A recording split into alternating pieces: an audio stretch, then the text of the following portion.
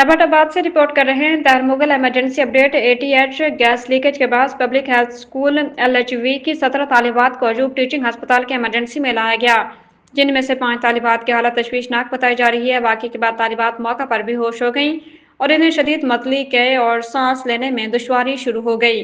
तालिबात को फौरी तौर पर कॉलेज की गाड़ी के जरिए अजूब टीचिंग अस्पताल के इमरजेंसी मुंतकिल किया गया, जहाँ इन्हें बर वक्त भी इमदाद फराहम की गई। इस वक्त एक तालबा मेडिकल ICU, 2 CCU जबकि एक तालबा मेडिकल वार्ड C में ज़ेरे इलाज है, जबकि बाकी तालिबात को डॉक्टर्स की निगरानी में इमरजेंसी ऑब्जर्वेशन में रखा गया है। Medical director professor doctor Saqib Malik, associate अस्पताल डायरेक्टर डॉक्टर दाऊद इकबाल और डिप्टी डायरेक्टर सरदार अजूब की ज़ेर निगरानी front line heroes doctors, nurses, paramedics और सपोर्ट स्टाफ ने फौरी तौर पर रिस्पॉन्स देते हुए मिसाली खिदमात अंजाम दी। अस्पताल तर्जुमान के मुताबिक तमाम मरीजों को हर मुमकिन तिब्बी सहूलियात फराहम की जा रही है और उनकी हालत पर मुसलसल नजर रखी जा रही है।